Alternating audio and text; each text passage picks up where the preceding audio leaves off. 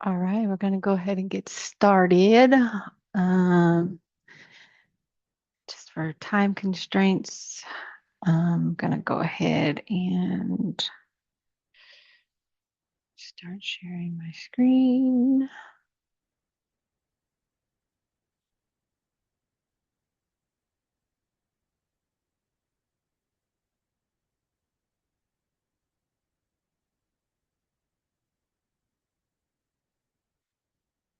I hope everybody's day is going well. It's snowing here where we are.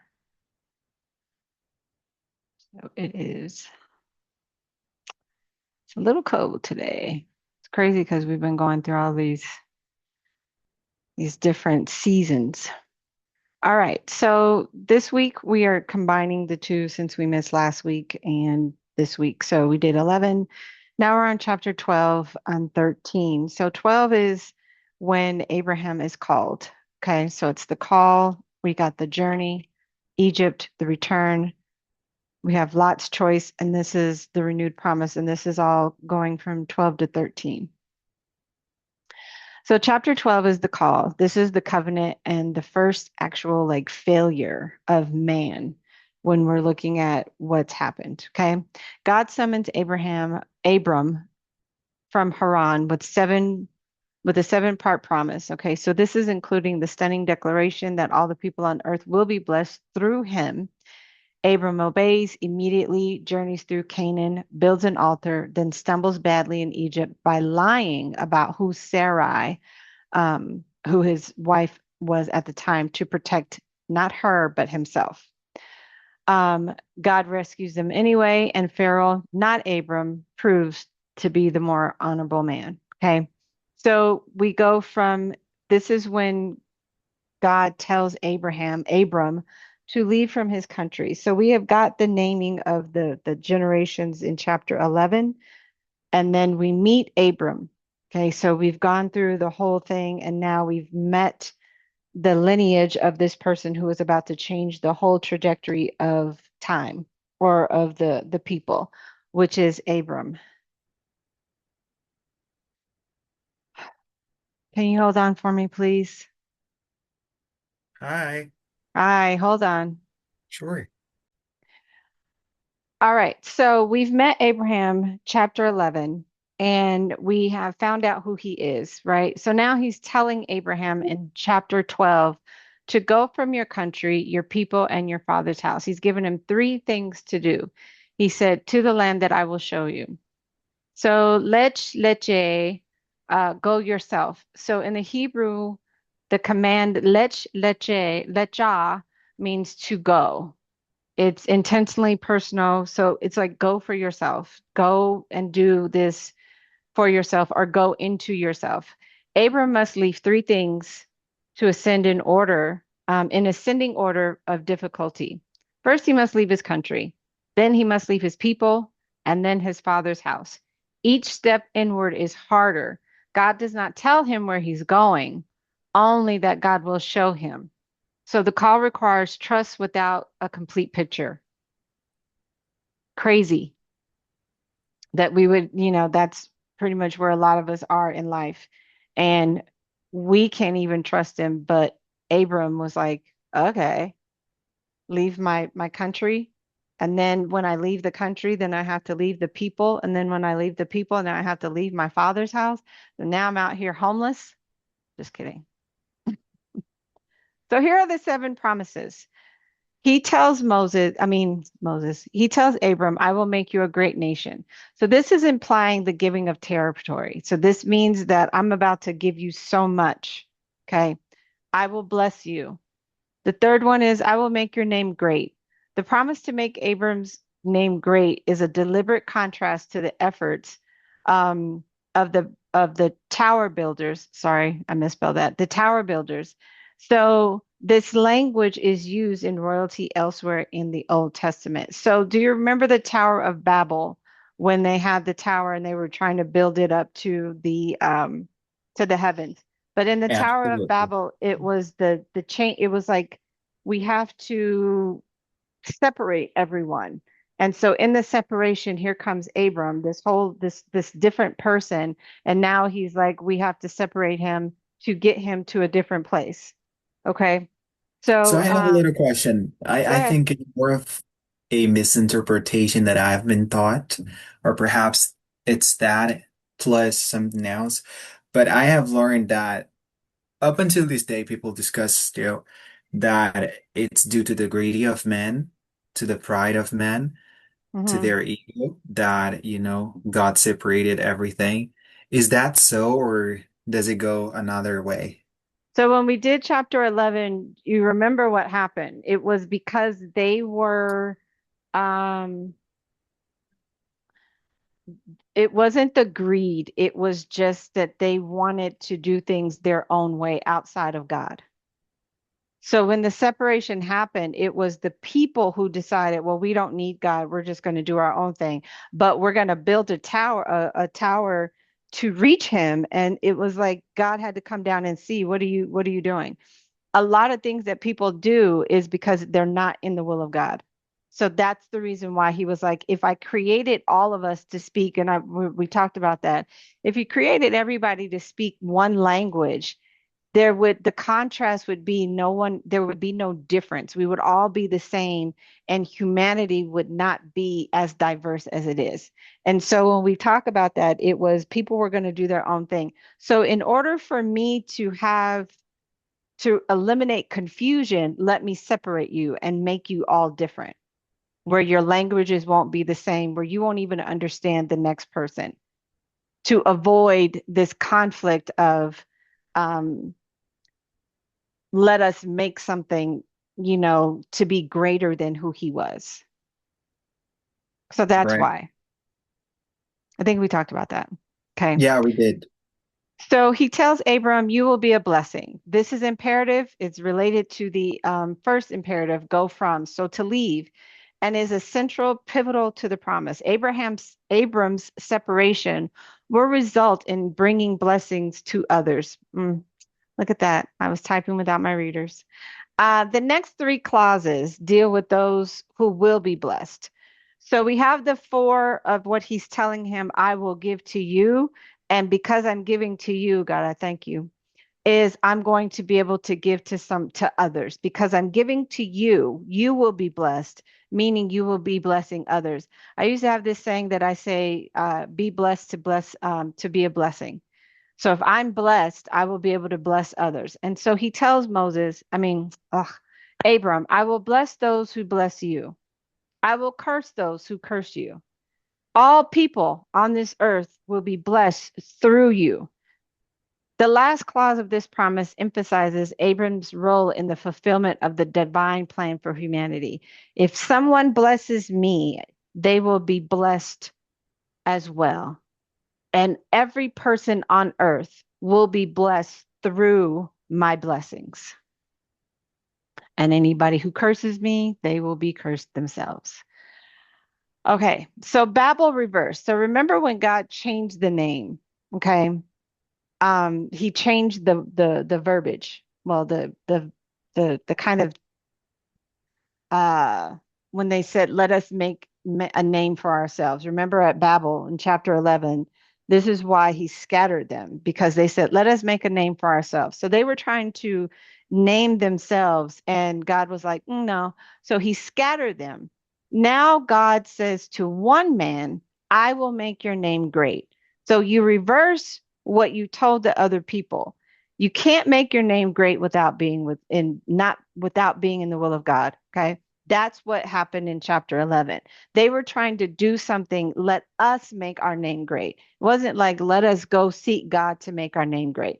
So he picks this one and he says, I will make your name great.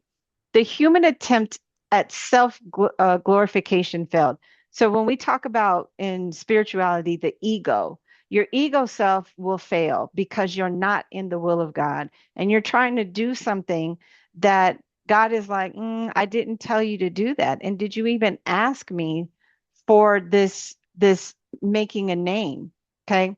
The divine gift of greatness begins with one surrendered person, which is when you surrender and you give that yes, that yes is going to be the thing that is going to catapult you into this episode or what we go through and what Abram has gone through. So when we talk about the episodes, kind of look at yourself in one of those things and don't take it as the literal, but take it as something that expands where you're at. Okay. So, promise 7 is the key. Abram is blessed to be a blessing to all people. Election is always for mission, never for privilege. Okay. So, when Abram has to leave, now there's the first test, which is famine. You are empty. You have nothing. Everybody is gone. Okay. Everybody. So immediately after receiving the greatest promise in ancient history, a severe famine strikes. Immediately after he tells you to do something, everything is gone. Everything goes dry. Your phone goes dry, your friendships go dry, your relationships go dry. It's kind of like you're trying to pick, and I'm trying to do everything. So this is Abram's first crisis. He goes down to Egypt in Genesis. Going down often marks spiritual descent. I'm going down. Okay.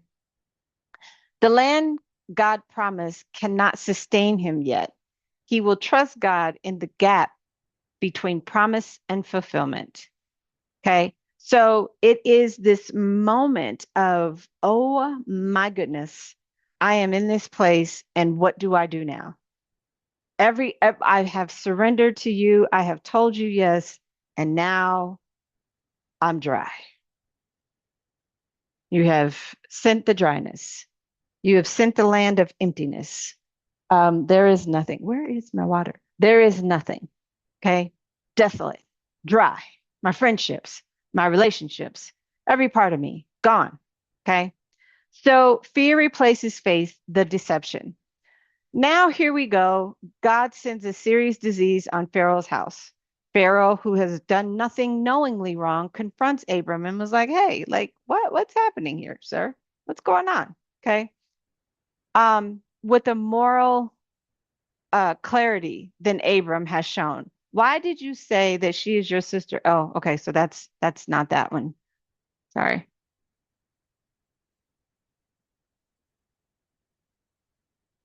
Okay. So the famine. So we've gone through that, right? So fear replaces faith. Here's the deception. So the deception is Abram tells Pharaoh, "That's my sister. That's not my wife."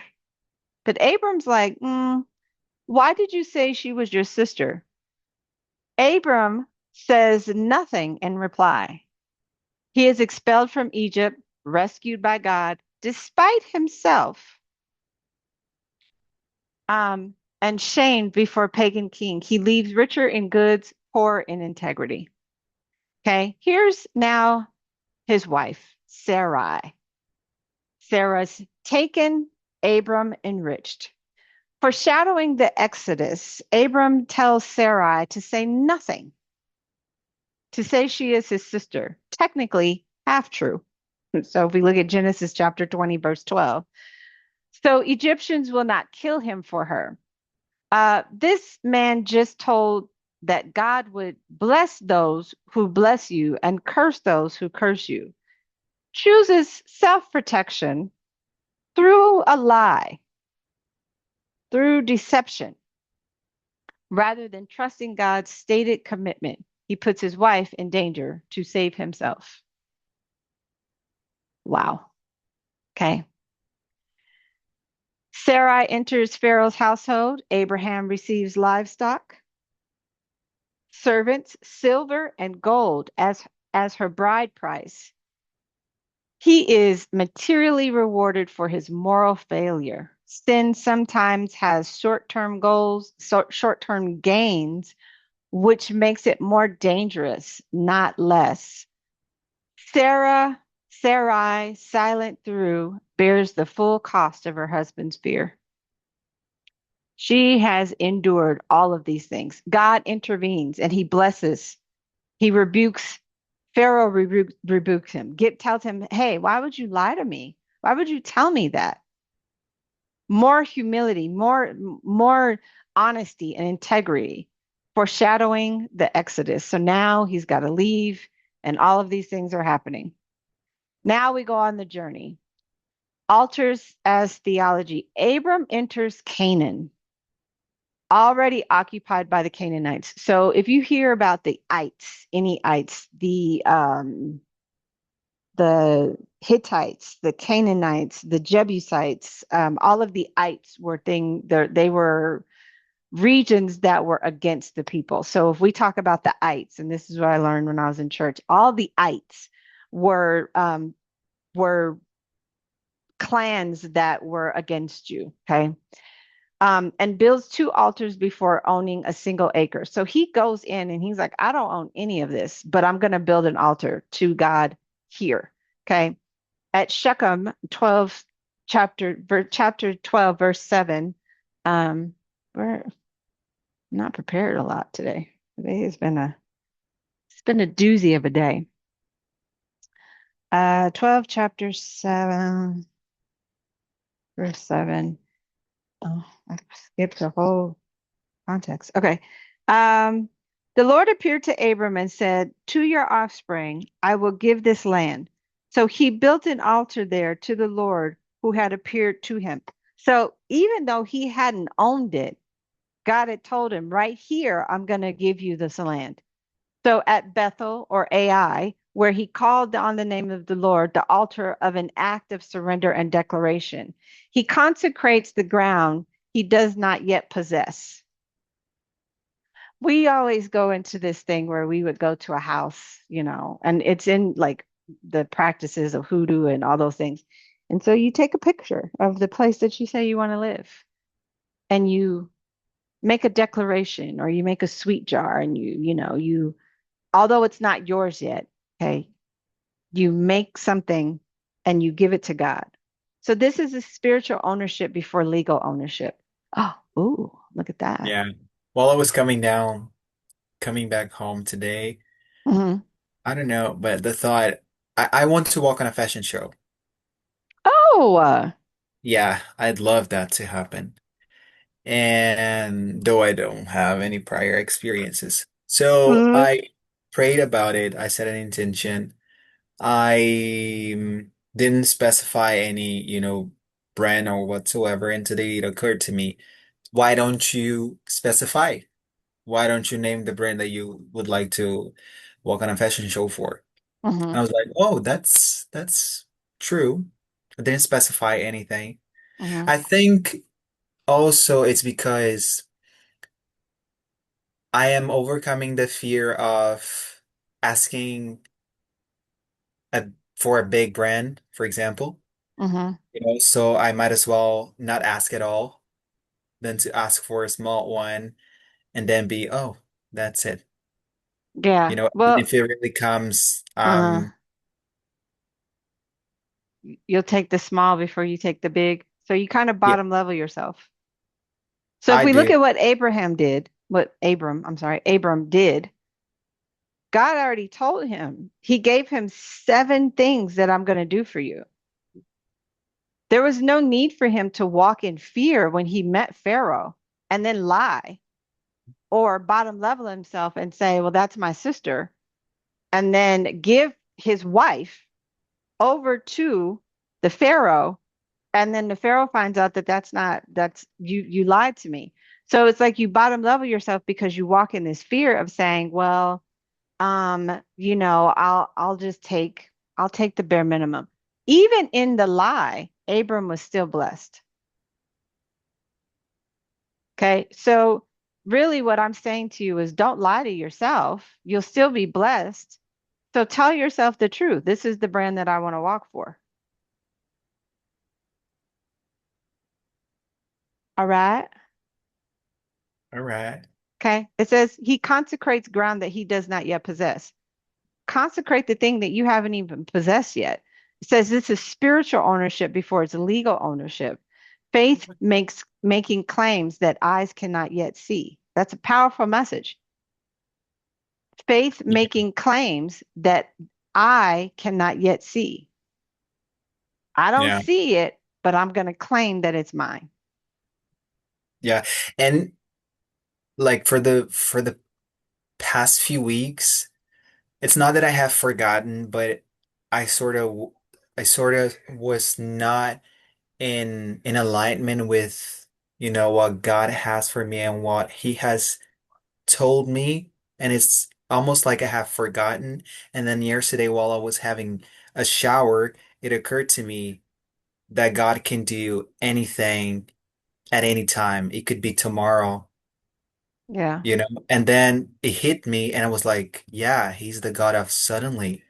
He could do it tomorrow if He will, if it's His will, and it seemed like I forgot it.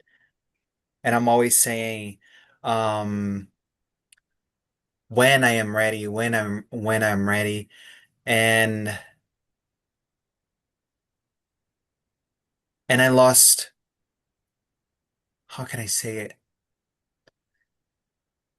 I lost touch with this part of me that is, you know, uh, sure of things.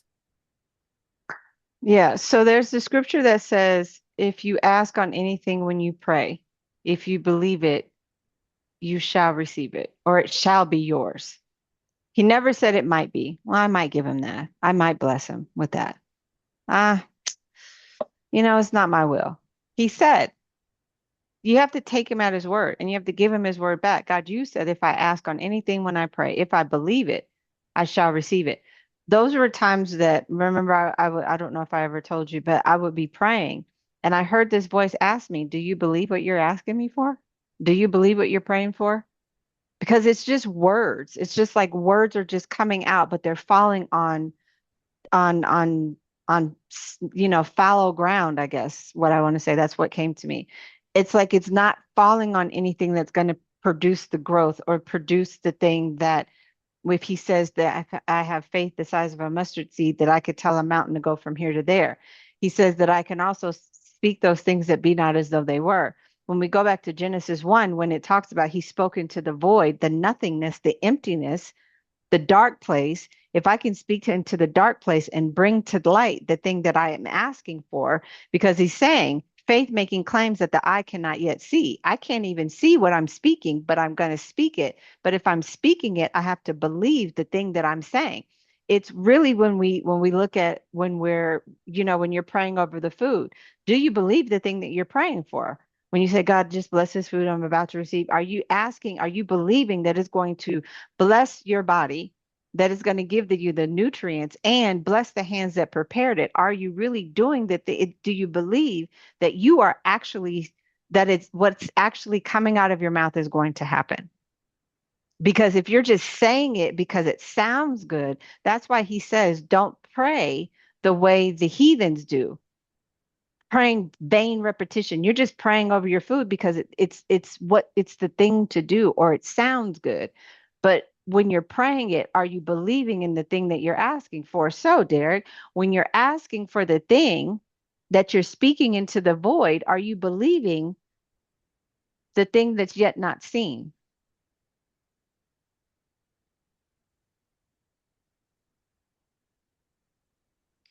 Got it? All right. 13, coming back. So now he has to come back. Okay. There, Abram called on the name of the Lord. Genesis chapter 13, verse 4. So now we've gone from 12, hit 13. He returns to the altar after the shame of Egypt. So now he's kicked out of Egypt by the Pharaoh because he lied. Your integrity is on the line, and you lied.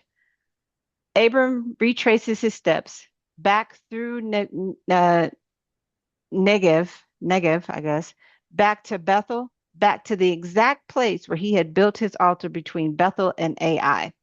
Verse 4 says he called on the name of the Lord. So now we have to backtrack.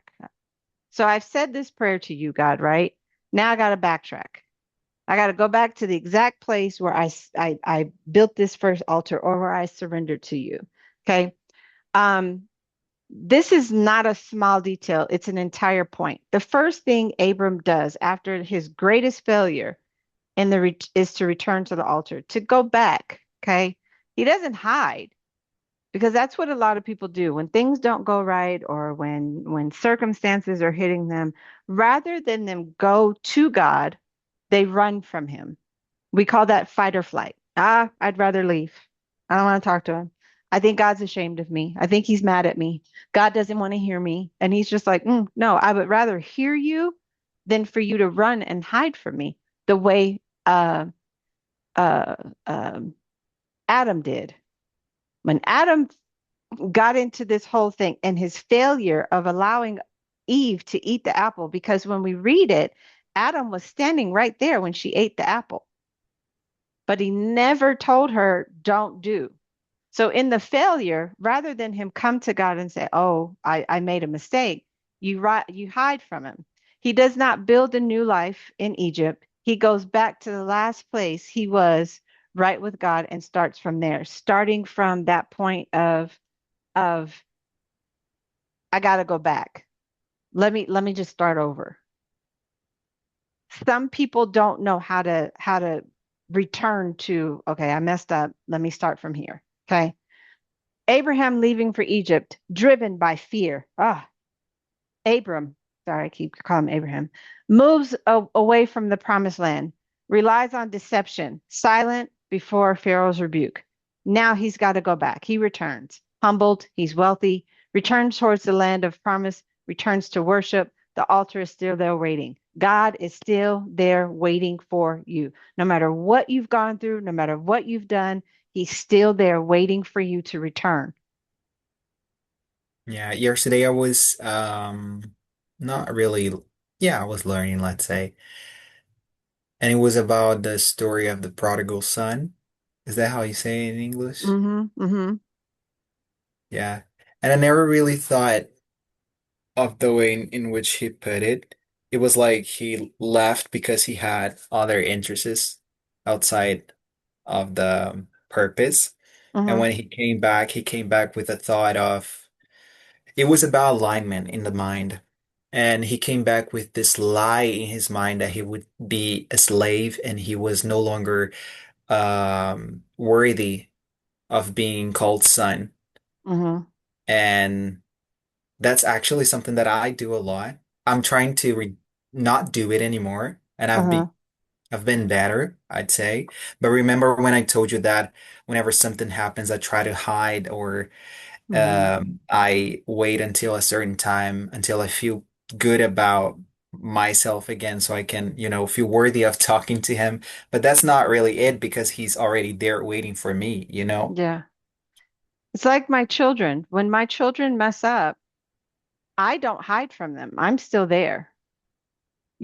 I mean, you got in trouble. Now you got to own it. My daughter did something and I was like, I didn't say anything. I didn't go into reprimand. This is where we're at, right? And so when we think about how it was with the prodigal son, he was like, I want my money. Give me my money now. Give me my inheritance now.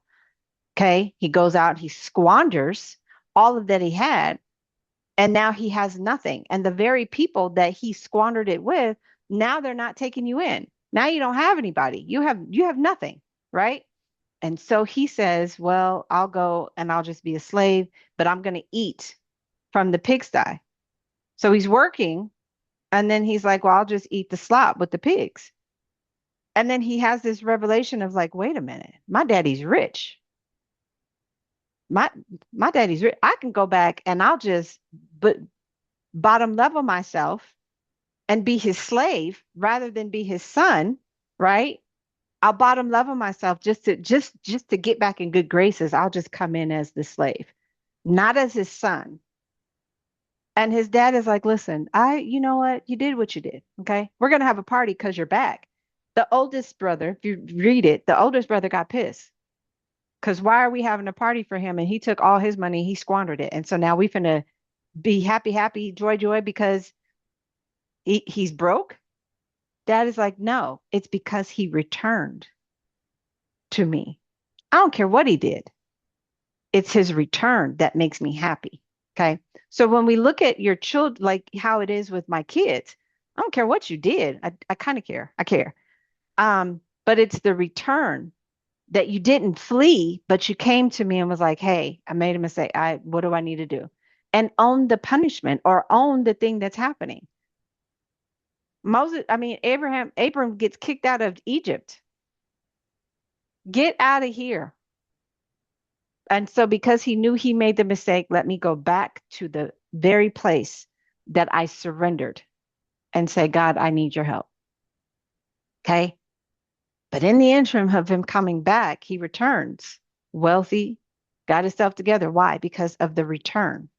Okay. Calling on God, that's the return, no matter where you are. Okay. We have to understand that the altar waited for him. It says when Abram built the altar in chapter 12, he had no idea he would need to return to it. Our moments of genuine worship often the landmarks we navigate back after a season of failure. The altar he built in faith became the compass he used in shame. So the thing that keeps us from God is the thing that we need to go to. Abram builds an altar in Shechem, Bethel, and Hebron. Each marks a place of an encounter with God. When he goes wrong in Egypt, he has no altar there, no place that's designated for my surrender. When he returns, the first thing he does is he finds the altar, going back to where I remember. The places where he genuinely met God, become the landmarks we navigate back to. Where was that place that you told God yes? Where was the place that you said, okay, God, you know what? I got to surrender. Mine was when I went to jail. It's moments in time, fragments of time that you remember, all right, God, this is it. This is my breaking point. It was before I became I think it was during the time of life coach. And um it was that moment that I'm on and I'm crying, literally sobbing on TikTok because I didn't know what to do. But I told God, I'll do what I need to do because I was tired of being in the place that I was and the constant seasons of failure. Why am I always here? What is happening? What is going on? When we think about Abram, the failures that he had, I got to go back and remember where I started. Where was the day that I told God, okay, God, I remember the day you called me. And, because Abram was called in chapter 1 of chapter 12 in verse 1, he was called. And then he goes through all of these shenanigans, does all these things because we do it. He does all these things. And then in 13, he realizes I made a mistake. Now I got to go back to chapter 12, verse 1, where he called me. The moment that I said, okay, I'll do what you told me to do. Okay. Genesis chapter 13, verses 5 through 18, the separation and the renewed promise. Okay. So now he's got a nephew. Okay. Got a nephew. And there's this conflict between the two. They're too blessed to stay together. They had so much. I mean, between the two of them, you can imagine they had millions. Uh-oh. Sorry, gotta get my stuff. Hold on, don't in my life. Oh, get it together, Tarina. There it is. Okay. Um, so between Abram and Lot, there was so much that they had. Abram and Lot have become so wealthy in flocks and herds that the land can't support them together. Like they just can't be in the same place. So conflict breaks out between the herdsmen. So in this chapter, it's Abraham's flock, Abram's and Lot's flock. They're intermingling, and the herdsmen are. It's a dynamic. Okay, so the herdsmen are going at it, and they're like, "You take your stuff," and I'm kind of paraphrasing. They're like, well, his stuff is coming over here and his stuff is coming over here. You guys need to, get your stuff over there and move it.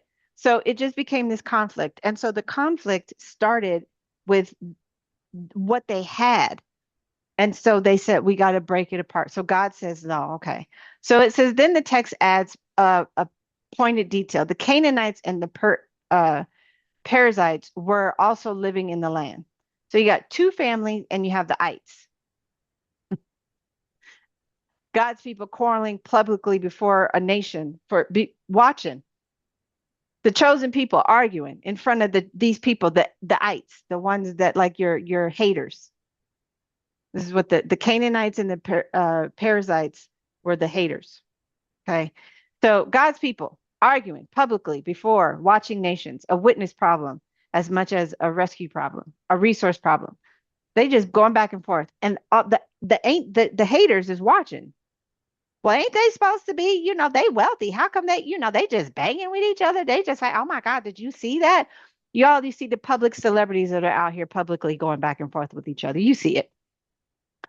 And the world, your haters are watching your your display of your quarreling and the arguments going back and forth, right?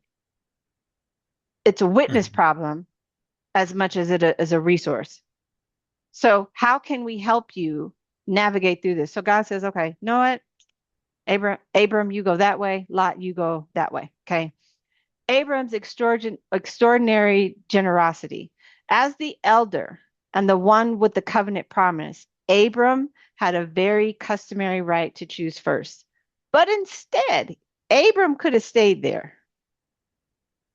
But instead, he said, let's not have any quarreling. It's not the whole land before you. Let's part company. Let's go ahead. Let's go ahead and part the Red Sea. Okay. If I go left, you go to the right. If I go right, you go to the left. Never you go over there and what we just part ways. In friendships, not going to argue with you. You go that way, I go that way. In relationships, in business, in work, I go that way, you go that way. Okay? If you go that way, I'm going this way. Okay? He surrenders his legal advantage entirely. He gives Lot a choice. Lot would have never had a choice because Abram was who he was. Lot didn't have a choice to say. Okay? He gave Lot a choice, all of it. This is the man who just left Egypt grasping and afraid, fearful because, Pharaoh was finna get him. Something had shifted at the altar. Because when we look at chapter 12, Abram was really self centered. He was about himself. Everything that he did, he threw Sarai under the bus to save himself. Don't go in there, just pretend like you're my sister.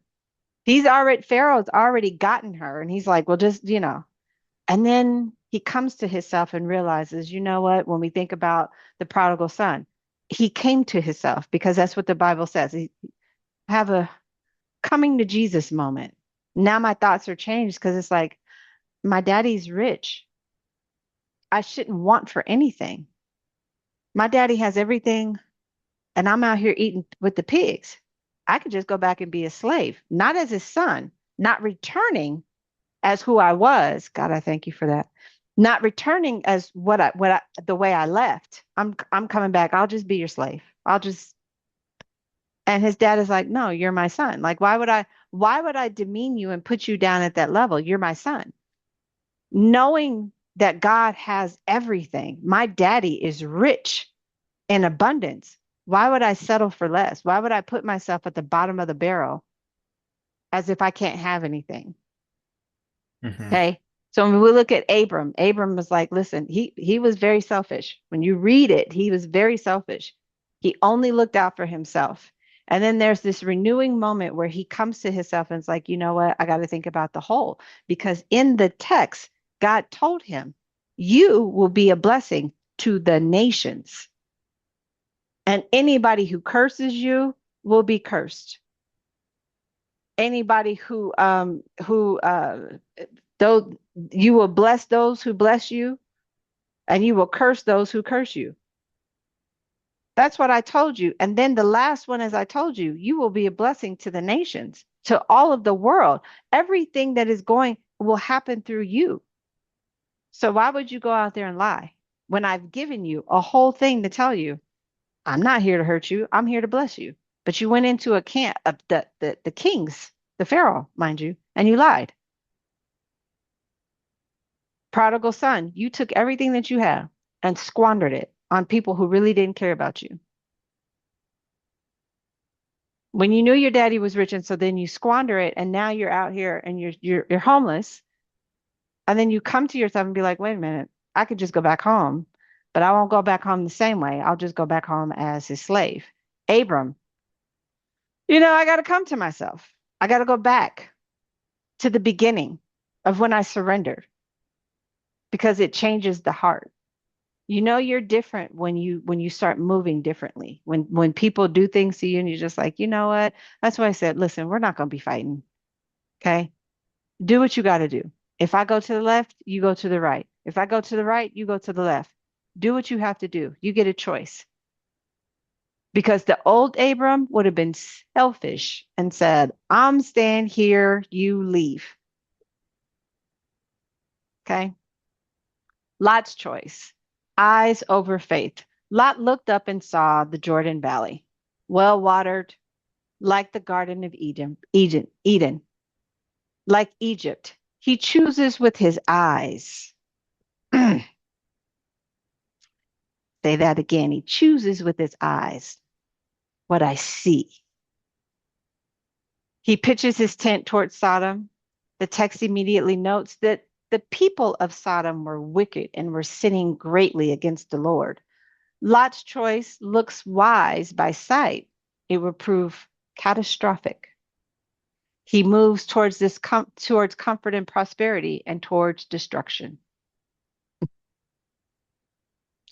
He saw with his eyes. Ooh, it looks so pretty. That looks great over there. Never chose with his heart. Never chose with the wisdom of God. He just chose. Oh, that looks pretty over there. That land looks nice and refreshing and replenishing. I deal with that with clients all the time. They get into apartments and it looks good on the outside, but as soon as you get into it, it becomes destructive. It's catastrophic. Okay. Lot's approach. Lot looked up and saw, chose by sight, selected the best looking land. This looks pretty. I like this land. Looks great. Even when we choose in relationships, they aesthetically they look great, but you have no idea what this person is working with on the inside. Yeah. I Know what I'm remember saying? scrolling. I think I was scrolling, like swiping, and I was like, oh, he's pretty. And then he hit me, viewing and receiving. I was like, oh, all right. Never mind. Yeah. So you see, when we choose because of what we see, it looks good, but oh, is it good? So we go to this restaurant and the food looks amazing, looks great. But as soon as you eat it, you're just like, oh, man, not, oh, right? Because you select the best looking thing. Well, this guy looks good. Or this job, the on paper, it looks great, Mhm. right? Or this car looks amazing. It sounds amazing. The way people word things or what you see. You move towards Sodom, optimize for present comfort. So you move towards a thing because you think, oh, this is going to be comfortable because it looks good. It looks pretty. Looks well tended to. They look like they smell good. I mean, because if you're looking at, swiping right and swiping left, it looks like he smells good, right? Abram's approach gave away his right to choose, trusted God to provide, stayed in Canaan, the land of promise, optimized for relationship with God, to choose comfort over God.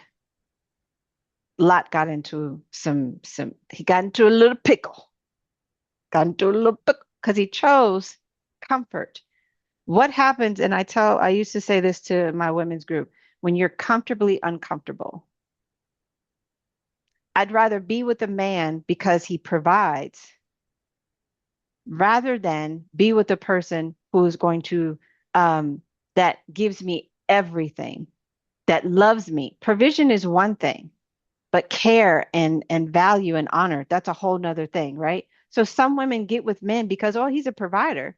You'd rather stay comfortable because I'm provided for rather than say, this doesn't make me happy, so let me go and do the relationship with God and walk with the trust and the promise that God has given us. We all have been given a promise.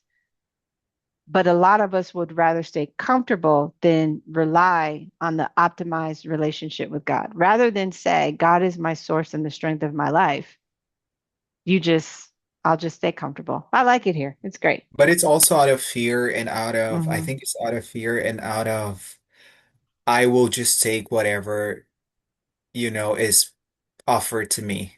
Yeah. Because Because what I if don't the other trust. thing is not? Yeah. Well, it looks good. The job, oh, this looks great. I like this.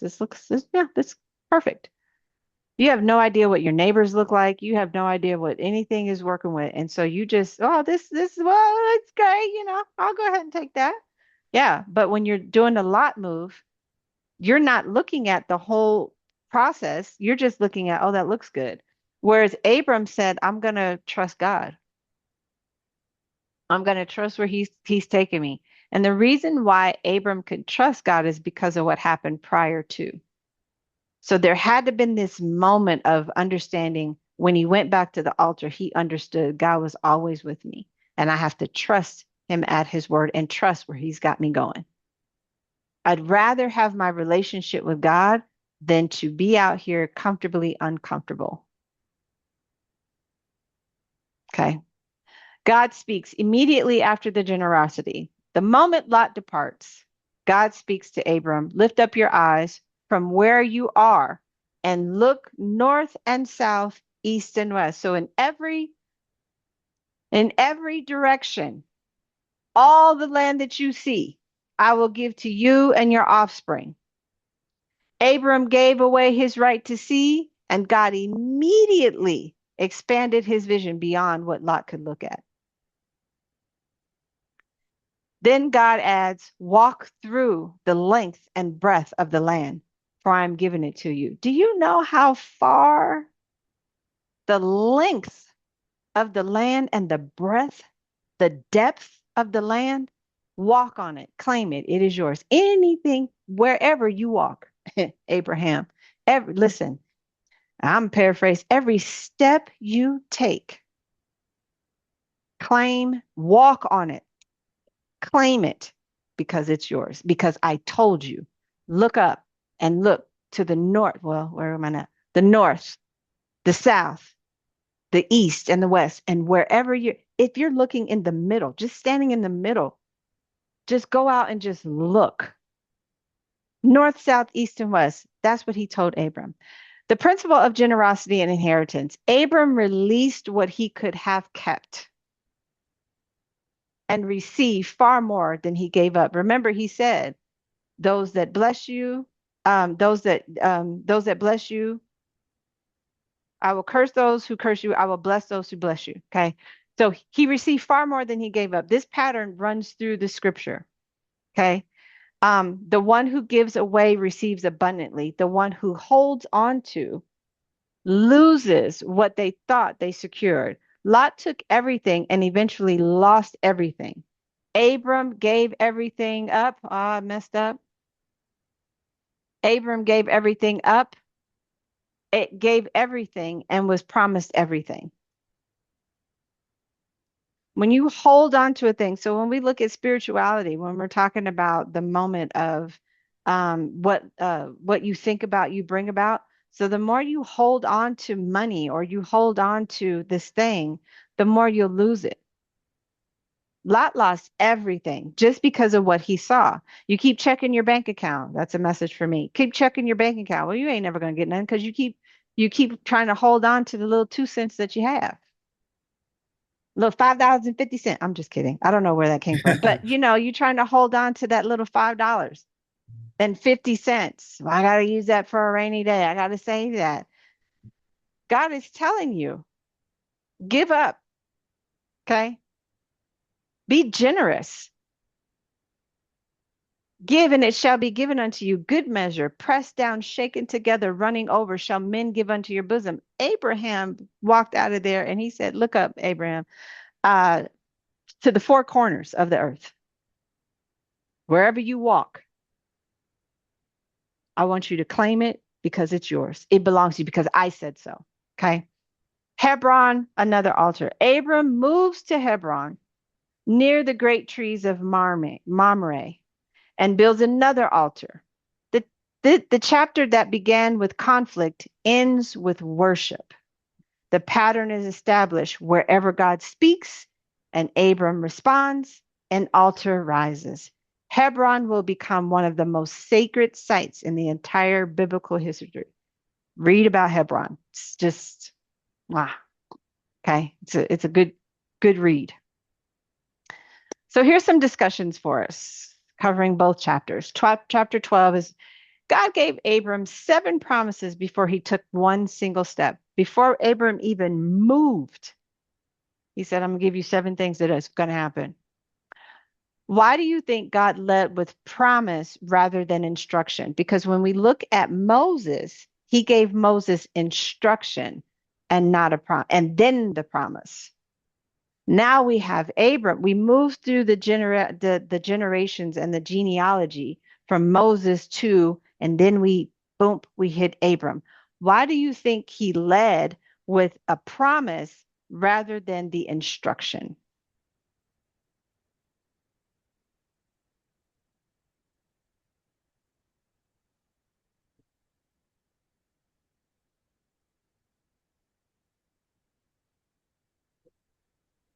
To to live in the end? To do what? To live in the end? Sorry. I have this app. I'm sorry. I gotta tell you this. I have this app that tells me when my sleep pattern is. So it always tells me at 2 o'clock that I'm about to dip, like I'm about to get sleepy, and I'm just like, no. Um, I have to fix mine. Mine is three something a.m., but that's no longer an option. That was a oh, year ago. let's see. I gotta ask this question.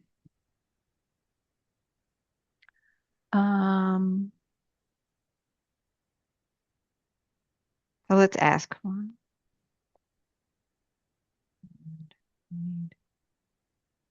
With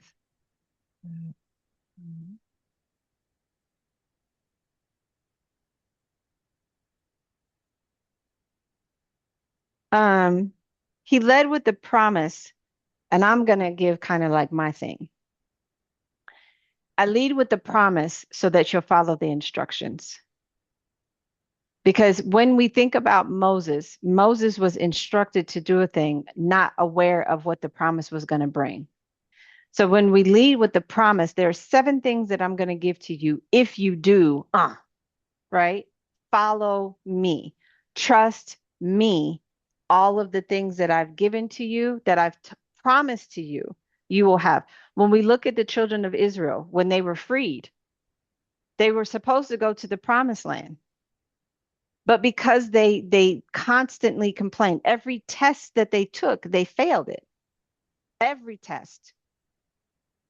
So I believe my thought is I will give you the promise. I'm going to tell you now, Derek, I'm going to promise you that I'll give you $1 million, but you got to do this, you got to do this, and you got to do that. You got to follow, you got to trust me. Okay. You don't know when I'm going to give it to you, but just know. Okay. These are the things I'm gonna give you. I'm gonna give you $1 million, I'm gonna give you a house, I'm gonna give you uh what can I say? I'm gonna give you a nice car, I'm gonna give you your own label, record label. I'm gonna give you all these things. 7 promises that I promise you. But you got to follow these instructions. Okay. So says the promises before instructions is in every other ancient religion surrounding Abram, the gods gave commands and demand of performance first. Worship me, sacrifice, prove yourself, then I will bless you. Obedience with a condition, okay? Um, for favor. What God does in Genesis 12 completely inverts the logic. He speaks 7 promises before Abram even takes a single step. The blessing is not in the reward. The blessing is not the reward for the journey, it is the fuel for it. Think about what Abram was being asked to do. Leave his country. You do these 3 things you got to do, and then I'll do these. He had to do three things. You got to leave your family. Derek, how would you feel? Leave Portugal, then leave your family, and then leave your father's house. Yikes. Okay. At 75 years old, with a barren wife, going somewhere God has not yet named, if God had led with instructions, here is what I need from you, here's the route, here are the requirements, he would have been obeying out of a duty or fear or calculation. Instead, God fills his hands with promise first, so that every step Abram takes is a response to love rather than a bid for approval. You cannot walk towards something you haven't been shown that exists. I don't even know where I'm going because remember you just said that. I don't even know where I'm going. Okay. Faith requires an object. Hebrews 11:8 says Abram went out, nothing, not knowing where he was going, but he knew who was sending him and what he had been promised. The promise was the destination, not with no destination had been named. God was essentially saying, I am enough for a reason. My word is the map. My word is the map. Okay. It also reveals something profound about how God views relationship. Instructions create servants, promises create family.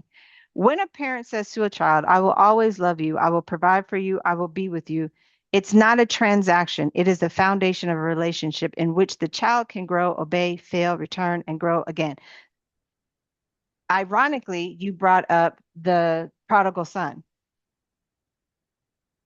No matter what he did, he was still able to fail, lose everything, but I get to go home.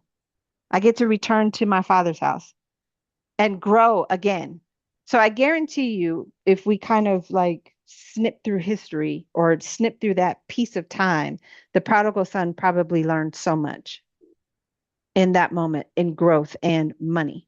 Okay. Uh, where was I at? Abram's entire story, including his failures in Egypt, his altar building, his intercession for Lot, only makes sense as a story someone who had been loved first and knows it. Um, there's one more layer. God's seventh promise, all people on earth will be blessed through you, is the widest promise of all. And it comes before Abram does anything. God's intention for the nations was something Abram earned his way into revealing. It was spoken at the very beginning before the first footstep. Every nation in this Zoom call tonight it says we've been blessed. Okay. So basically, everything that we are going through was because before Abram took one step, God had said, I'm going to do these seven things for you, but you got to trust me. I'm not going to give you instructions. I'm not going to tell you where we're going. I'm not going to even give you the destination. I just need you to start going. Go. Okay. So, how does it shape the way you understand your own calling?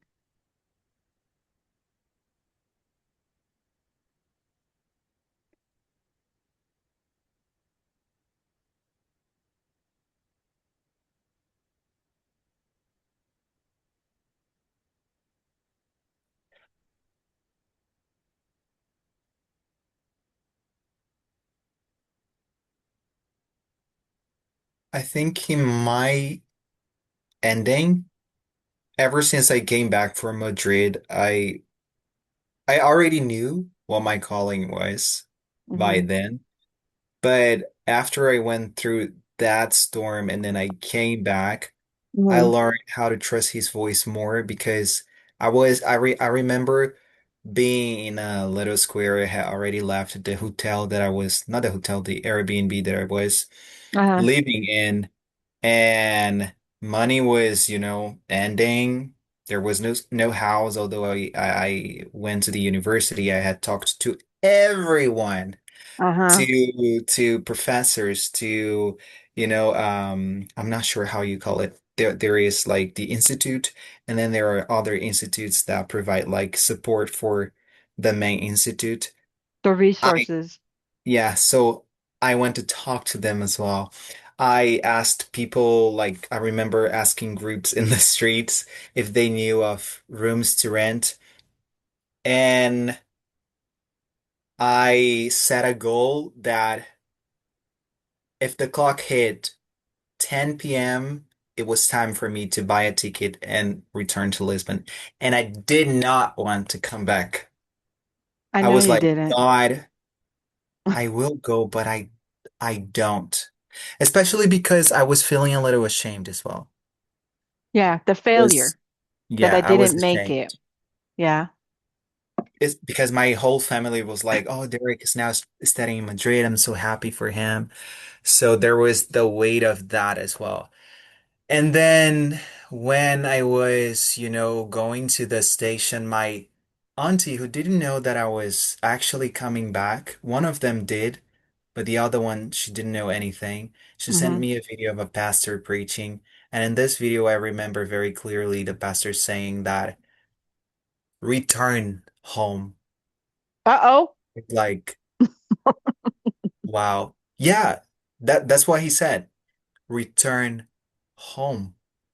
And then he kept going, of course. And that's when I was sure that there is only so much I can do. I Mhm. thought that I was there to advance my career, advance, my network. That's what I really wanted to do. And then God brought me back to Lisbon. And I was like, oh man. And now, like, after all this time passed, I saw that there was a lot that I needed to learn here Mhm. to reevaluate. So it, it just reminds me every single day that I need to trust his voice no matter what, no matter, what my will is, Mhm. you know? Yeah. Uh, and something that I don't really want to say, but he already knows it. Like this year, like you and me were talking, and that we don't want this year to be the same year all over again. And I Mhm. talked to God a lot about that, especially because I have some goals, and one of them is going back to Brazil to visit my family in Uh-huh. 8 years. I haven't been in Brazil in 8 years. Oh, wow. Yeah. And that will be the first time. So I need to reach some financial goals. I want to feel more stable, in order to go back and to leave some of the things that I have said and said so. But then there is another part of me that says, if none of that happens, you're gonna have to trust anyways. If this is Mhm. not the year that things happen in the way that intended them to be, Mhm. you're gonna have to seek in the same way. You have no choice. You And I don't. told God that my life, oh my God, yeah, my life would be miserable if I didn't have music. You know, I I I think I'd rather not cause suffering to anyone or to myself, God forbid, but I think I'd rather just go away, just Mhm. fade, than to live here knowing that there is something bigger that calls me every single day and I'm never going to see that thing. And why wouldn't you never see it? Right. You would Yeah, never I know see I it know if I you will didn't see, I trust know him. right. I know I will see it, but it's just that I'd rather not be here than to be here, like I know that everybody has their timeline, but like I see some people just, you know, like I was 4 years ago or 5 years ago, just Mm. wandering, you know, Yeah. lost, not doing anything, With no plan and no purpose. Yeah. Yeah. Or avoiding the call because I don't want to avoiding do the it. call. Yeah. I don't want to do it. Okay. So here's some honesty. Abram's first major test produces a significant moral failure, but he profits from it in the short term. Have you ever experienced fear causing you to compromise while still seeming to succeed? And what was the cost?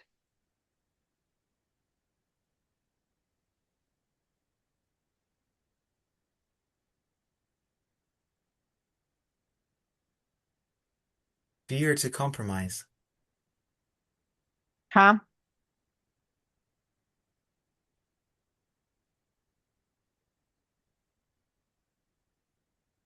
Does it mean just taking? Does it go back to Compromise, what we does it go back to what we were discussing about taking the thing that, it's not really what let's put it into tarot. Let's take a nine of cups instead of the 10 of cups. yeah. So I'm compromising my peace to be in a shitty relationship. Oh. That's compromise. So I'm not, when we look at Lot, so let's take about Lot. Lot was he compromised his wealth because of what he saw. Oh, well, that looks pretty.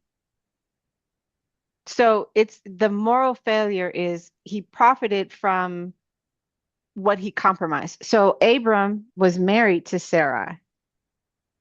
And so he was afraid that they were going to steal her because that was his wife. And so in back then, when we read about it, they would have taken her from him. And so he said, well, she's my sister. So he lied in order to, because he was afraid of them taking her. And so his compromise was, I'm gonna throw her under the bus and I'm gonna put her life in danger, but I'm gonna be okay. But in the interim, Pharaoh's like, listen, take all this stuff and get up out of here because he had already taken Sarai and he gave a dowry basically to Abram because it was his sister. So he gave him all the gold, this and he compromised, but he still succeeded even in his failure and the lie that he told. So when we look at it was let's see, even when like you went to Madrid, right? You still succeeded even though you thought you had failed. You did something that you probably wouldn't have never done. You You moved gave me in courage. right. So you moved out of the fear. So even if it felt like it was a failure, there was still some success, minimal success, because you made it and you did something that probably no one else would have done. The people that you're seeing just wandering, you decided, I don't want to wander. I want to go out here and I want to do this thing, even while there was no help, right? So what was the cost? It cost me what? My integrity to my family because my family was thinking that I was going to go out here and do something so spectacular, but it didn't happen. Same thing with Abram. Cost him his integrity because he was, well, now you're lying. So of course your family are looking at you like Derek's never going to be, he's never going to make it over here. He's going to stay here. He's going to do whatever. And so that's the thoughts that you keep to yourself. But when we look at Abram, Abram's like, listen, I did it. It happened. But remember what he did? I messed up. Now I got to go back to the beginning of where the first altar that I built to God, the first moment before I had even moved, before I met where I met God. And I got to meet him back there at the beginning and tell him, hey, I messed up. So how can I get back? And he built an altar. It's almost like he gave God something. It's like, what can I say? What's the word that he just gave me? Was he acknowledged God in that moment. I acknowledge that I messed up, that I did something on my own and it caused failure and it caused me to put my wife in danger because Mhm. that's in essence what he did. Okay. So the next one is Sarai. Sarai is silent. Now he tells her, don't you say nothing. Don't say nothing. She obeys, suffers, but then she gets returned. Okay. Without a single quoted word, what does it mean to carry a calling that others narrate, but you live?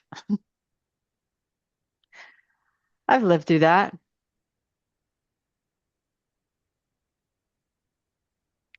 Bearing the weight behind the scene. Nobody knows what you go through to have to come up with the song, to write the song, to draft the song, to sing the song, to, Yeah, it's heavy. yeah. And how do we honor those that who bear the weight behind the scenes? Nobody knows what I go through. Nobody knows. And I tell people, listen, being on a spiritual journey and being in this life, it's not for the weary, it's not for the weak. There are days that you get lonely. There are days when you can't, when God is tell you sit down and don't go over there and do that. The things that you used to do, you can't do anymore. That becomes that moment of barrenness. When remember when we when I opened up and it was talking about the famine. Soon as you tell God yes, I guarantee you everything is about to stop. Your phone's gonna go dry. My phone don't ring. There don't nobody call me. I got one friend that calls me and she calls me, "Hey, what you doing?" That's it. Nobody. My brother may call every now and again, but when you go and you say yes to God, an unseen being, that is a whole, everything goes dry. Your relationships goes dry, your bank account goes dry, everything. He's like, okay, it's like the tower moment in Turo. I got to take everything from me because now I have to rebuild it the way it's supposed to be built and not the way you wanted it to be built. But in the moment of me getting to this place of the you tore it down and now there's famine, I'm going to build you an altar just to tell you, God, thank you that I even made it here through the famine, that I made it to the famine. And I know that you're going to take me through it. Beginning of the chapter, it tells you as soon as Abram said yes and he surrendered, all hell breaks loose. That's how you know you're on the right track. When everything starts to fall apart, that's when you're supposed to be, God, okay, I thank you, and build an altar. Thank you so much for this moment right here. Thank you for taking everything from me that didn't mean me no good. God, I thank you. I thank you. God, I thank you. And that's all you could say is really thank you. Thank you. Because I don't even know what would have happened if I'd have kept going this way. Thank you that in this moment, that I had the wherewithal to surrender. Think about the prodigal son. If he had just kept going, he'd have been out there homeless on the street. Daddy wouldn't have never known where he was. But thank you, God, that I came to myself and I realized, ooh, my daddy's a rich man. He got some money. I don't have to go back as a son. I can just go back and serve him. My father is rich and has mansions. That's what he said. He's got a cattle on 1,000 hills. That's what the word says. It says, in my father's house are many mansions. If it wasn't so, I wouldn't have told you. God, I thank you for the many mansions because I know one of them belongs to me. I thank you, God, for the cattle on 1,000 hills because I know that belongs to me. I thank you, God, that just like you told Abram to look to the north, south, east, and west, that everything that he touches when he walks, he shall receive it. God, I thank you because the same way you told it to Abram, I know you're going to tell it to me. Thank you, God, for allowing me to walk through the valley of the shadow of death when there's famine, but I will fear no evil. For I know that you are with me. Thy rod and thy staff, it comforts me. Surely goodness and mercy shall follow me all the days of my life, and I shall dwell in the house of the Lord. Listen, God, I thank you because I don't know what would have happened had I kept going and had I ate the slop from the pigs. God, I don't know what would have happened. God, I don't know what would have happened if I'd have continued in that sorry relationship. I don't know, God, what would have happened if I would have taken that job. I don't know, God, what would have happened had I not just did what you told me to, God. I thank you for the moment that you stopped me and the moment I came to myself to say, listen, my daddy is a wealthy man. What am I doing living paycheck to paycheck? Why is this happening? Okay. So honor the behind the scenes person, the Sarah. Don't you say nothing. Just go in there and shut your mouth. Because that's what Abram told her. Go on in there and don't you say nothing. Don't you tell him who I am. Nothing.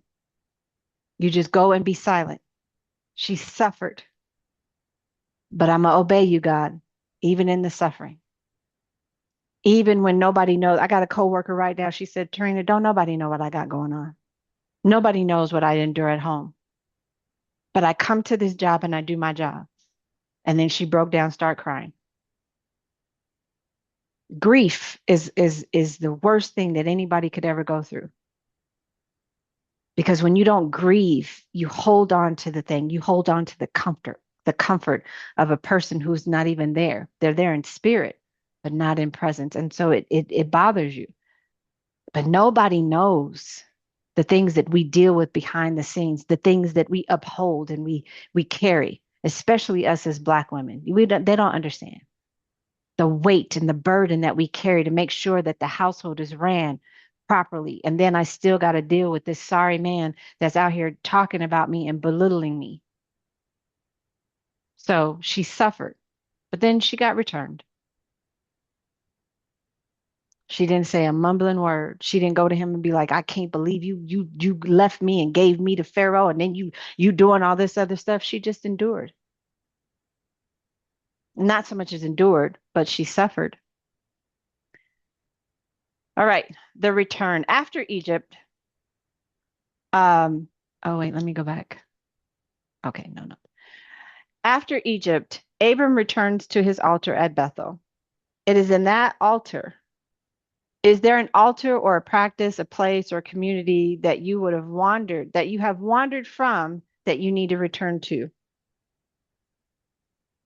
And what does go back where you last met God look like particularly? I don't meditate as usual anymore, and sometimes I Oh, miss that. I know that I know better now. I know, yeah, I know better now, but there were things that I used to do in the past, let's say 2022 mm-hmm, when we first met, and then I was kind of a baby giving first steps. Like after mm-hmm, 6 months after we met, I was doing pretty much a lot of things. And mm-hmm, or in music, for example, I would not really care about how my voice was sounding, if it was cracking or not. I was just, oh my God, so many terrible videos. but you were free. I was doing it. I didn't care. I was just excited that God revealed something to me and I was just doing it, you know? Mm-hmm, And nowadays it's more about reaching perfection as near as I can. Um, Even though I know that it's not good, I still try to do it. And there are things like meditating or not journaling, 'cause journaling, I do it more often. Or really setting a time, a specific time of the day to mm-hmm. pray. I still do pray. I pray every day. I talk to God every day. But, having that Yeah. sacred moment where you stop everything and you Mm-hmm. know that you have to go into place and Yeah. pray. Yeah.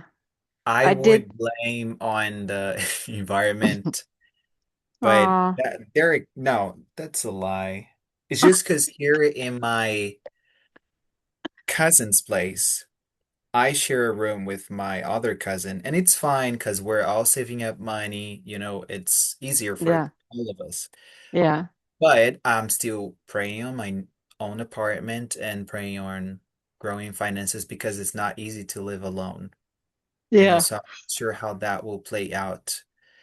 But lately I've been craving it more, to live alone and have my own space.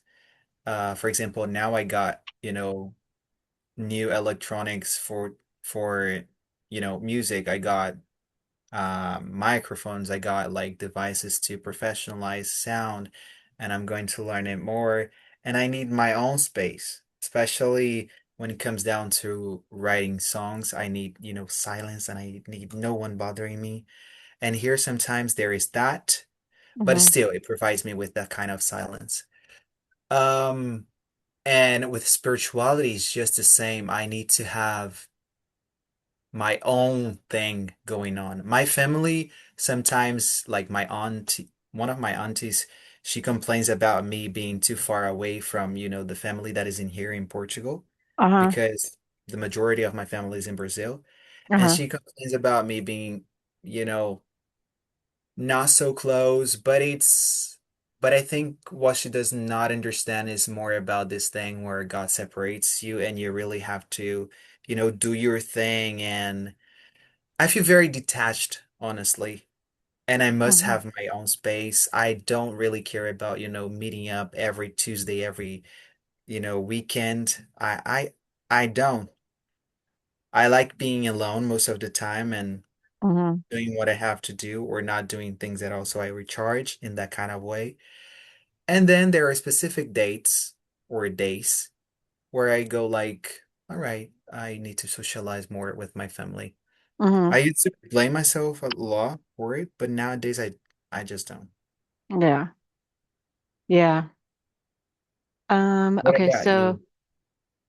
for the practice, oh, mine is um the meditation and prayer. I did good when Ramadan was there because Ramadan they pray 5 times a day.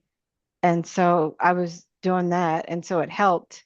But as soon as Ramadan was over, I was just like, I'll go back. But I do need to get back into my prayer and that life of where I started, and I don't know if I should be going back to church. I just don't feel led to go back to church right now. Like I don't feel led to go back into the building and being with the people. And I think it probably comes from the fact that where I started and where I'm at now, it's like it conflicts with what people in religion, they think I'm like um what is the word I'm trying to say? They think I'm um oh, it's demonic because I do the Yeah, tarot cards. And so I just am like, well, I'll just be at home. And so God is like, but I called you to that. And so I just I don't read my word like I used to. So when we talk about those things like reading my word and and just the meditation part of it, like I love being in his presence. I love that, but I don't do it. I haven't done it. Going back to where we last met, God, what it looks like is me going back into prayer, going back into my prayer life. Yep, that's what it looks like. Studying more, getting into my word so I can bring you. I mean, it's not like I don't study, but I only study when it comes to, Wednesday and Friday nights. So I can say I do study then. Like I do study, yeah, but I don't study to the depth, like, but I study to give you guys what you guys need, and then I'm done for the rest of the week. right. Um, all right, so Lot's choice by sight towards the best looking land, which led towards Sodom, that led towards the most diabolical place that he could ever go to. Where in your life are you making decisions primarily by what looks most prosperous or comfortable?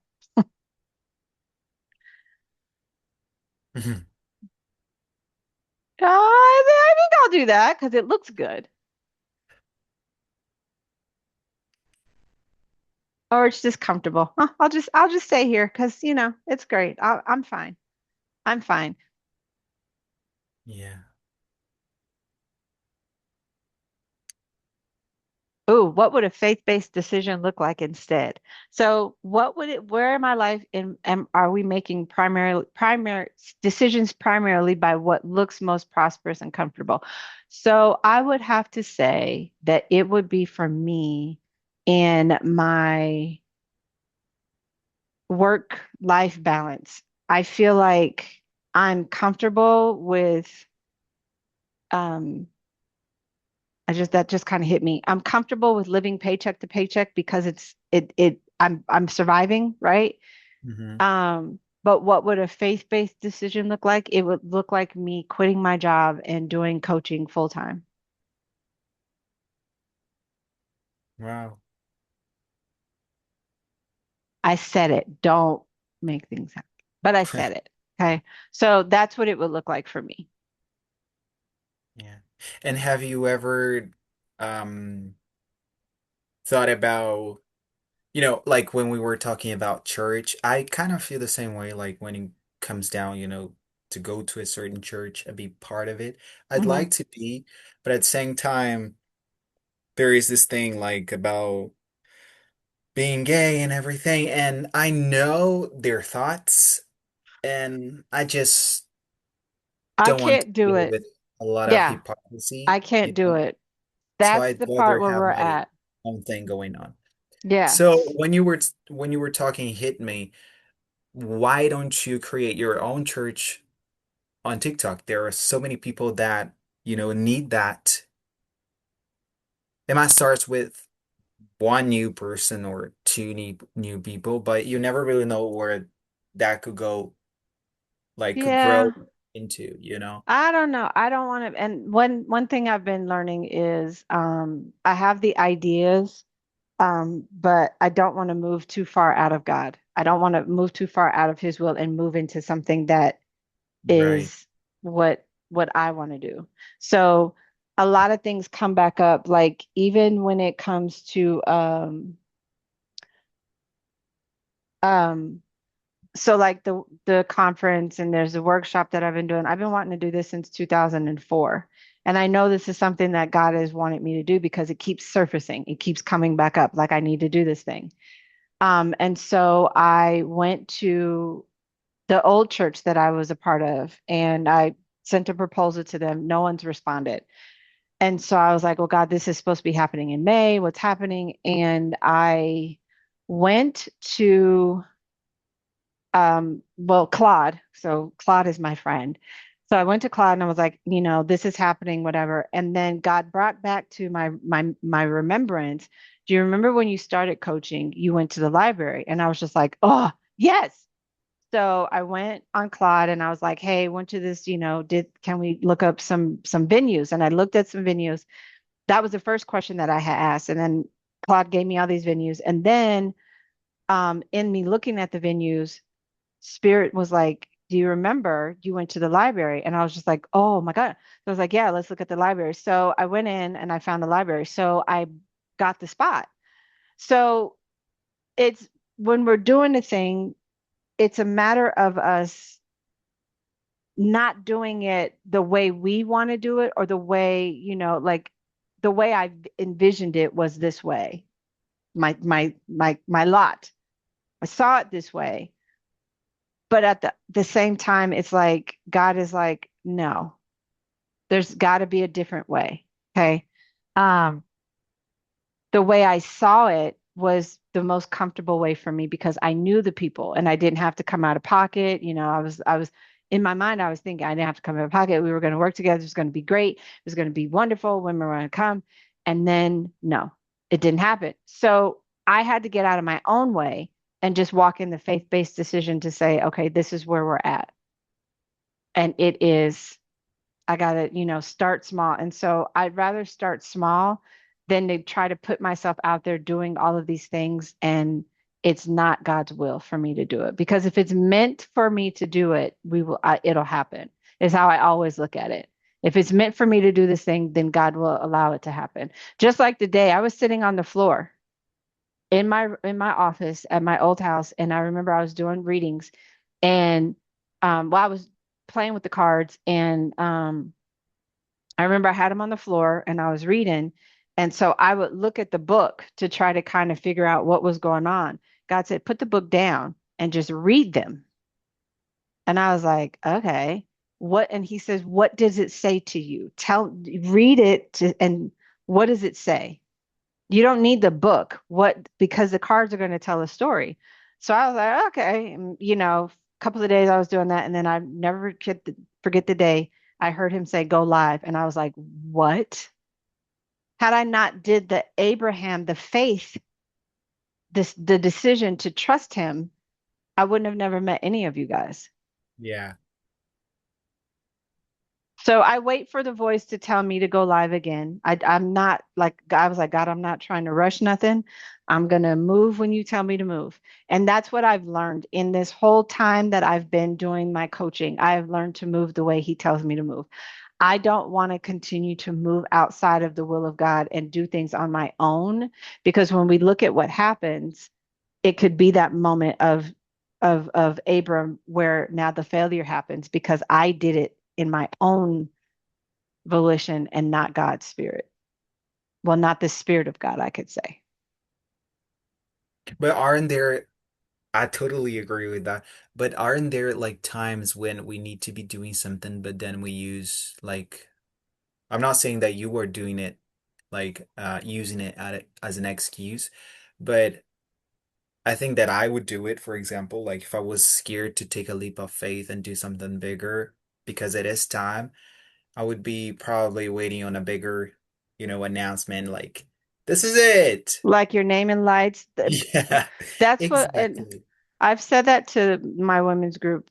When we think about what God is going to do, it's not going to be like the fireworks going off and ping, ping, ping, ping, ping. It's just going to be this one still moment that you just hear this voice say, go live. And you're just like, and you know it's God because you just move with it and things happen. And so when I moved with it, I just pushed the button and went live. And all of these people start erupting.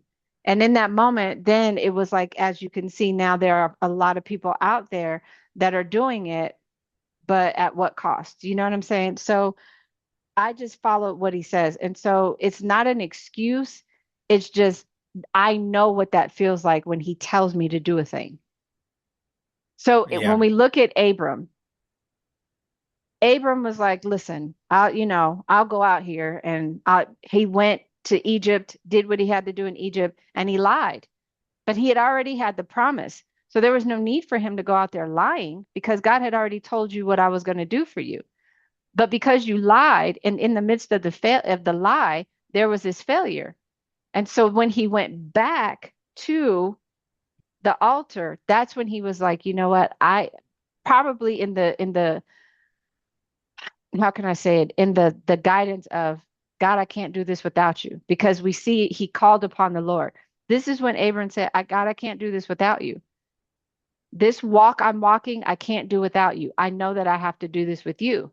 Whereas when we look at Lot, Lot's like, oh, I see that. That's pretty. That's pretty land over there. I'll go ahead and take that. Without the guidance of God, and then you get in this chaos.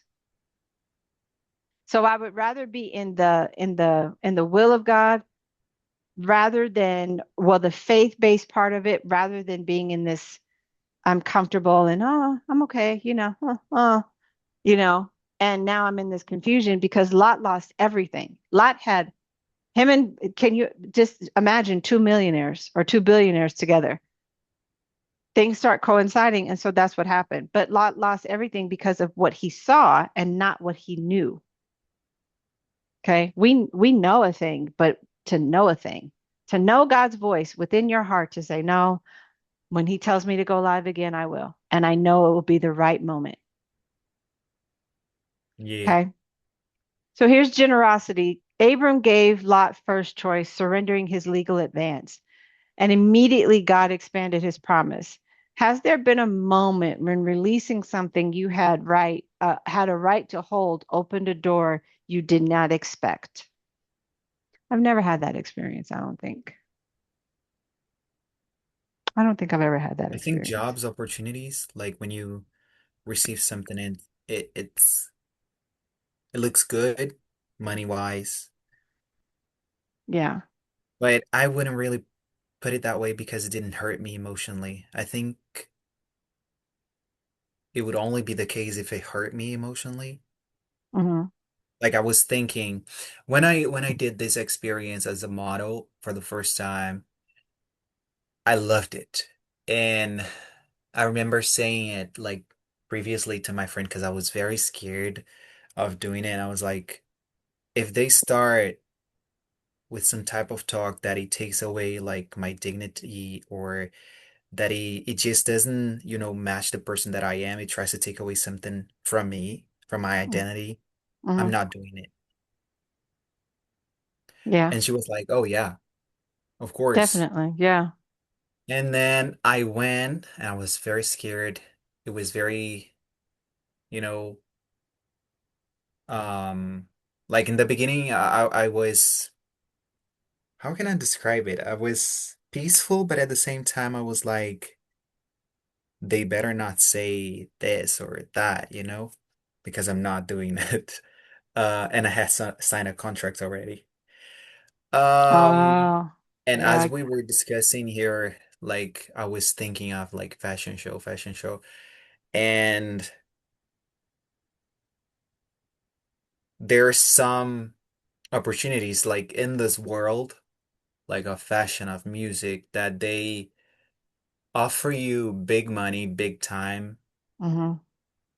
but it compromises a lot of things. Yeah, your integrity and your Yeah. boundaries and There's a, Br- your yeah, there's a character. Yeah. Brazilian singer that she released new music just recently, and I was so excited to, listen to what she had to say in this new era because she writes music beautifully and Hmm. she's an inspiration when it comes down to writing ballads. And then I listened to her, new album, and then there were some things like visually wise, where she was sitting Satan's like I forgot the word in English. Like to have Satan and then you sit on top of him. Oh, yeah, yeah, yeah. Lap. Sitting on his lap and like so many symbolisms. My soul did not feel comfortable with it, and I was like, oh, I'm so disappointed. Yeah. Yeah. And I loved her so much. Well, they I happen. still listen to her music, but just At hurts what my soul. cost? Yeah. So both chapters, International Abram is a migrant building altars in lands where he does not own. It's just getting into that place, negotiating with foreign kings and navigating resources conflicts within his own family. Which part of his story resonates most with your own experience or your community experiences? Um, I could say it's kind of like what I'm going through at work, like just navigating, clients that are immigrants or they're homeless. They don't experience the same thing I experience with housing. Um, so, it's that thing. It's that experience. Um, Sorry, my daughter's down there cussing. So it resonates because of what I experience on a day to day, negotiating places, trying to find places, just conflicts that going on at home. So that's the thing. So here's what we've come across in 12 and 13. Abram, the wandering patriarch, um, African communal wisdom and Lot's separation, Middle Eastern hospitality and Abram's offering, and women carrying a promise. Sarai. Listen, Sarah is like the piece to the resistance for this. And then we have the landing and belonging. Um, so for us, every nation is represented in this room. So, we're all here. Today is the fulfillment of all peoples on earth will be blessed through you. Abram had no idea what that meant when he heard it. We have no idea what it means when God tells us that you are the voice of this world. We don't know what that means, but you are living proof that God meant it. Nations gathered together around the world, continuing a story together. And that is what we're doing here.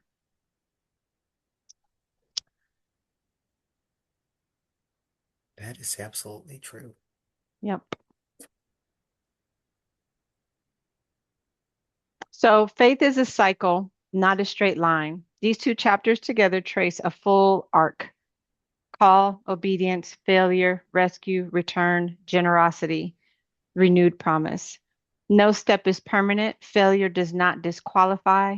Return is always possible. The altar is always still there. The altar as a compass, Um, when he goes wrong in Egypt, he has no other altar, so he makes one there. Um, the places where we genuinely meet God become the landmarks we navigate back to.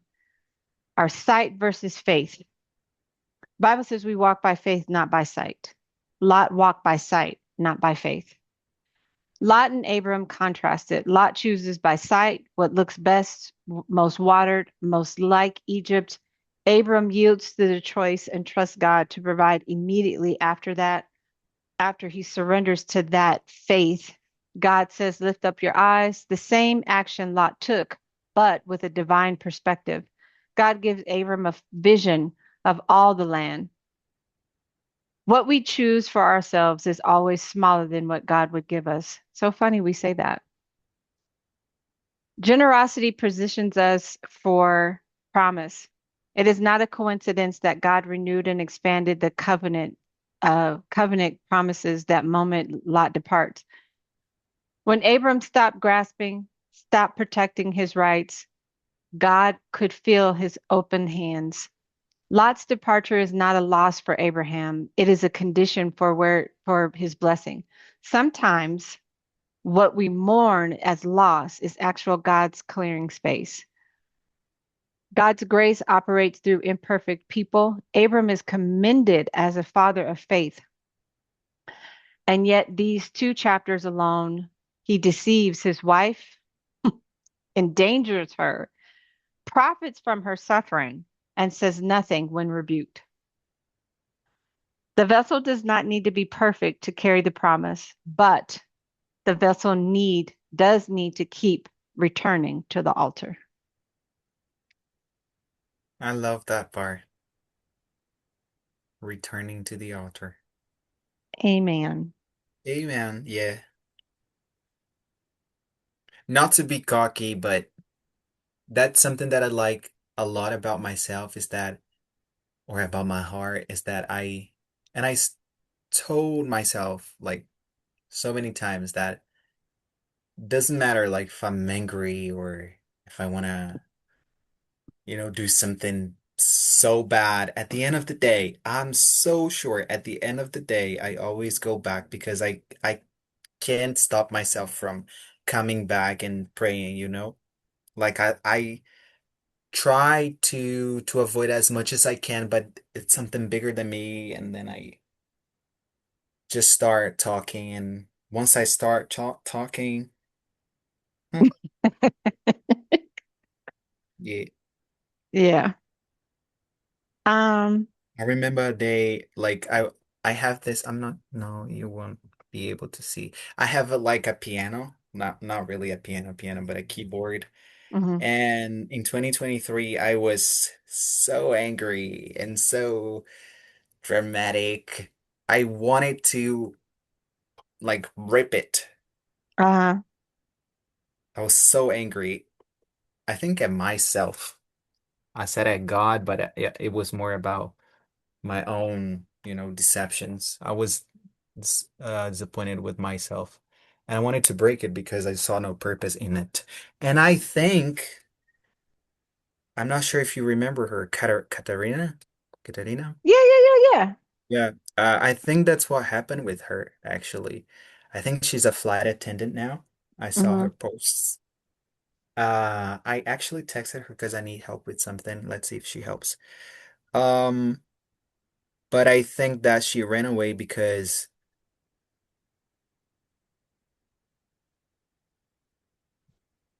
it's frustrating, and I think you have to have the guts to really stick to what you were born to do and do it Uh, anyways. she sang too. Because, She was in music too. yeah, she sings beautifully and she writes it. I remember that I was still in college and we were not conversing so much as we used to. And we Mhm. were having an English class, and then the teacher asked the students to raise their hands if there was any, singing Come on. songwriter. I did Mhm. raise, she didn't, and I was like, oh. Yeah, she's really disappointed. Or with Avery, I don't know. I'm sorry. No Yeah, worries. it's you do get disappointed because Mhm. you're not following the when you will always, and here's what I will tell people, when you are called to a thing, you cannot run from it. You cannot run from it. You cannot hide from it. You can't, how can I say, you can't veer off the path of it. You can't do anything, right? You will always end up back on that road, on that path. So she can be a flight attendant all she wants to. It's gonna Mhm. find her, you know? Yeah, It's gonna show up. It's gonna resurface. You will always be connected to that. It's not anything that you'll ever be able to run from. Singing, you know, for me, it's like prayer. I'll never be able to not pray. Even when I went to jail and I was like, God, I'm not praying for these people. I'm not doing this. Oh, okay. Well, here's what's going to happen. true. Well, we'll see what happens. I know she's married. I know she's a flight attendant, and I think she's okay. But it's like you said, we get comfortable and we don't want to do Mm-mm. the uncomfortable Because in order to, it's yeah. scary. It's scary to follow God in faith, to follow the voice. And because when we look at the Old Testament, they followed a voice. Then here comes the New Testament and you're following this person. And it's still hard when we look at doubting Thomas. God, I believe, but help my unbelief. Like I don't I believe it. Yeah. And after seeing so many things, he had to tell them, you wicked people. Like, how long am I going to be here? I've been showing you what to do, and then you still act like you don't know what to do. And I'm showing Yeah. you the way.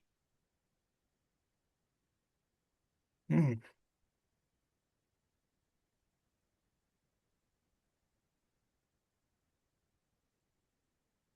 Well.